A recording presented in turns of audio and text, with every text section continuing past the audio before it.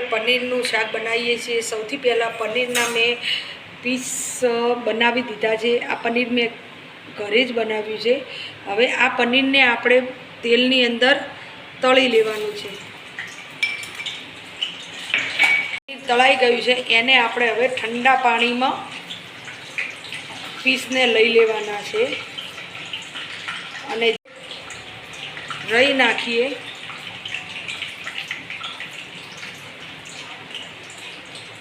રહી ફૂટી જાય પછી આપણે એની અંદર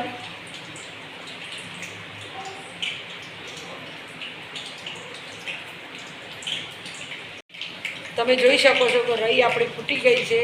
હવે એની અંદર તમાલપત્ર, 2 લાલ મરચાં, મીઠો લીમડો અને સૌથી પહેલાં આપણે જે ડુંગળી છે એની ગ્રેવી બનાવી રાખીશું।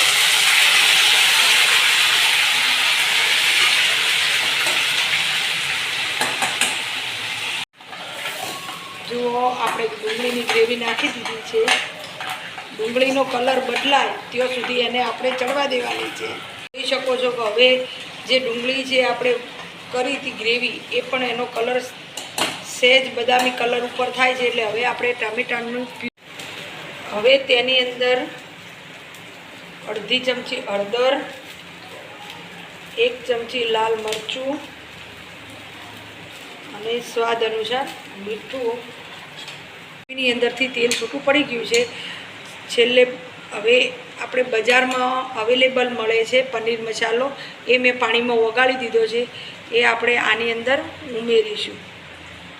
થોડી વાર ચડવા દઈ અને જે પનીર પાણીમાં મેં નાખ્યું હતું એ પનીરને બરાબર હાથથી આપણે દબાવી અને એક વાટકીમાં લઈ લઈશું, જેથી પનીર સોફ્ટ અને સારી રીતે આપણે બની જાય છે।